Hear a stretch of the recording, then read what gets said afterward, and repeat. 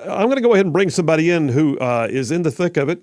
Congressman Robert Aderholt represents Alabama's 4th Congressional District. He's actually the dean of Alabama's delegation, first elected in 1997, senior member of House Appropriations, and I'm glad to welcome him back to the show. Congressman Aderholt, how are you doing today?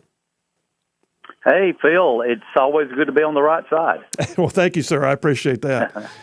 Hey, sir, let me get right to it. I spent the time leading up to your call sort of introing where we stand right now that we can tell from the press on the debt ceiling negotiations, whether we're going to have spending cuts. Kevin McCarthy's in the mix.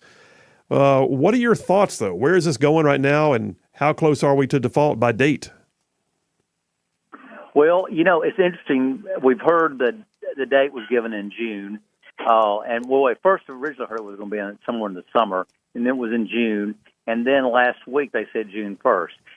It's my understanding that no one really knows the exact date. Now, the Secretary of Treasury, Janet Yellen, she is the one that decides what these numbers are, but there's really no way to hold her accountable to that. So she may say June the 1st, but there could be some wiggle room. When you're talking about billions of dollars here, obviously there are ways that you can move money around from account to account. So right now they're saying around June 1st, which is about a week from today. So therefore, it's imperative that we do something. And the Republicans wanted to start this conversation, which we did start the conversation among ourselves months ago, and we actually passed a bill. But the Democrats and Biden have been refused to really go to the negotiating table. And it's in my opinion that they're doing it just to let the clock run out, and then they want to wait till the clock runs out, and then they can say, my hair's on fire, and we've got to move forward on this immediately, or we don't want to have the markets are going to crash. It's going to be terrible. So Republicans wanted to try to come to get an agreement together long ago, and it's only been in the last couple of weeks that the president has really decided to negotiate this. But be as it may, I think it is the first part of June when this date, right now, from all indications of when the government would run out of money and would have to raise the debt ceiling. Well, okay, and so that being said, I mean, you're right. You guys passed your bill, and the legislation remained, just kind of static at that point. No negotiation from the White House. In fact, the White House's position was there would be no negotiation. So at the very least, they're negotiating now, which I guess is movement. But do you feel I think they saw that we were serious about it. I think they realized the Republicans were serious about it and not just saying that, and so that's why they're at the table. Well, and I agree. I think they finally realized they had to deal with the new majority. But let me ask you this, though, Congressman. Do you feel like the Republicans are going to all stick together? Because we do have a slim majority. But do you feel like this is something that the caucus is going to remain, true to and hold the line on asking for decreased spending before raising any debt? Well, first of all, let me just say, I sometimes will listen to the various news outlets on the national news outlets, and some of the news outlets say, "Oh, Republicans want us to go into default. We just gotta raise it and ask no questions." The Republicans are not saying that we default. I mean, that has never been. I've never had one of my colleagues say we should just let the nation go in default. What we're saying is that what we need to do is if we're going to raise the debt ceiling, we've got to make cuts that take that into account, how much we raise it, so we're not have to continue to raise the debt ceiling. And so that's all that we're asking. And anybody that says the Republicans just want default, it's a talking point from the Democrat Party, because there's no Republicans. And Phil, I would. This is a good example of what way I would look at this, and I think it's really good for just how it really helped me understand it better. If for some, you've got a child that's going off to college, and of course you've paid his room and board, you've paid his tuition, but obviously he's maybe hundreds of miles away from home, wherever, and you give him a credit card, and you say, now this credit card you use when you need to, if you have to go to the drugstore, when you have to buy groceries, when you have to do things, but obviously we've already got your meal covered and we've got your room covered and your tuition, so there shouldn't be a lot of charges. Well, they go off to college, and the first month, and there's $50,000 on the credit card bill for that month. Yeah. Oh, you look at it in shock, and you're like, well, what have we got to do? Well, there's two things. First of all, if your child if those were the expenses that they paid, you have to pay it somewhere. You may have to borrow the money, you may have to do something, but you've got to pay your bills.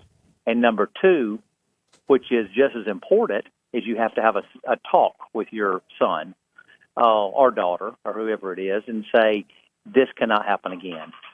So that's what the Republicans want, to pay our bills, but at the same time we want to have that talk. And that talk is cutting down and tapping down on the spending so that we can, at the end of the day, that we're not doing this over and over again. And 6 months from now, we're at the same place, raising the debt limit again.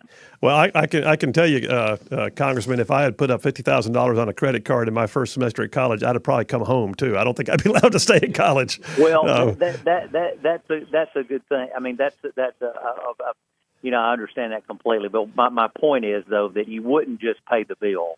You'd also have the conversation. Absolutely. And that's all the Republicans are saying, is that we've got to have the conversation about, so this will not happen again. Well, I completely agree with that, and that pretty much covers the ground that I covered too before you came on the air just now. Is that I see this as an obligation. It's almost like a legal and binding contract. It's like a credit card is. A credit card is a contract between you and the credit company. But that being said, right, you can't keep running up the bill, and it's asking the credit card company to lend more credit. You've got to curtail the spending before you can even begin to service the debt at the same time. But let me ask you this, though, Congressman, because there are a lot of fear-mongering tactics going on right now. And one of the first things they do is they begin to say that, if we see issues with the market getting roiled by the looming possibility of default because negotiations aren't coming through yet, that it somehow puts entitlements like Social Security or VA compensation, that it puts those things at risk. What is your word to those who are listening right now that may depend upon those sources of income? No, there's no danger of that. This is just basically just your regular spending. Nobody's talking about cutting Social Security, veterans benefits, any of those programs. This is. That's not even a consideration. That is, again, that's just fear mongering that people are throwing out there and saying we just got to pass something. And you can decide which bills you're going to pay, and certainly we would make sure that Social Security and Medicare and those programs are kept afloat. So there absolutely is no truth in that, or at least I have not heard any indication that those would be on the chopping block. What I think would be the worst thing would happen is the markets would go crazy, and obviously it would cause a lot of problems if we didn't pass something. But at the end of the day, I do believe we're going to pass something. We're going to get an agreement. The question is we just got to make sure that we're getting something out of this. We passed this bill in the House of Representatives, 2 months ago? I lose track of time, but 2 months ago we passed this bill that would, number one, raise the debt limit. So we've already said we're going to raise the debt limit. But number two, it cuts spending so that we're not just raising money and we're having to do this all over again. So therefore, what my point of it is that we have, at the end of the day, we've got to have some cuts if we're going to raise the debt limit. And I know that, we passed, I think it's a very good bill that we passed out of the House. The Democrats have criticized it extensively, but I think it's a very good deal, a good bill that we passed out of the House of Representatives. Now, I understand that Kevin McCarthy and those that and his staff, when they're doing these negotiations, we're not going to get the exact. We're going to have to give a little bit. That's just how negotiations go. What my biggest fear is that we can't have an agreement that it's just window dressing and it looks like we did something and we really didn't. Yeah. And that's where I think the concern is.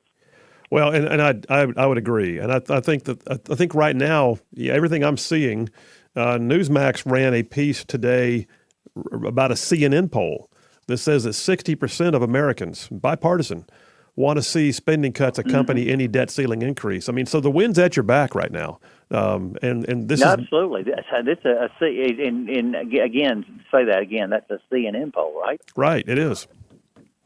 Yeah.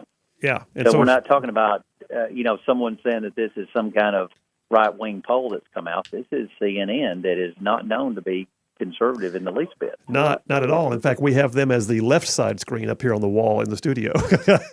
But sure, I understand. Well, Congressman, listen, we appreciate your time today, and I do hope that y'all are able to hold the line effectively. And I appreciate the fact you made time for us here on Rightside, and thanks for your service to the state of Alabama. Well, I look forward to maybe after we get some kind of agreement, maybe be back on and we can discuss it some more. All right, that works. Thank you, Congressman. Okay, thank you. All right, that was Congressman Robert Aderholt, Dean of the U.S. delegation for the state of Alabama. He's the longest-serving member of Congress from our state, and he's senior member of the House Appropriations Committee. If anybody knows what's going on with the spend, it's him. I do appreciate the fact that he said no one's entitlements are going away. No one's going to jeopardize that. And he said, even if we have to move things around, we can. And that's the kind of common sense that we have to maintain while they wrestle with what they were elected to do. I just hope that he's right. I hope that they stay in there and they get something done that's effective and not just window dressing. And I appreciate him saying that too. All right, we're taking a break.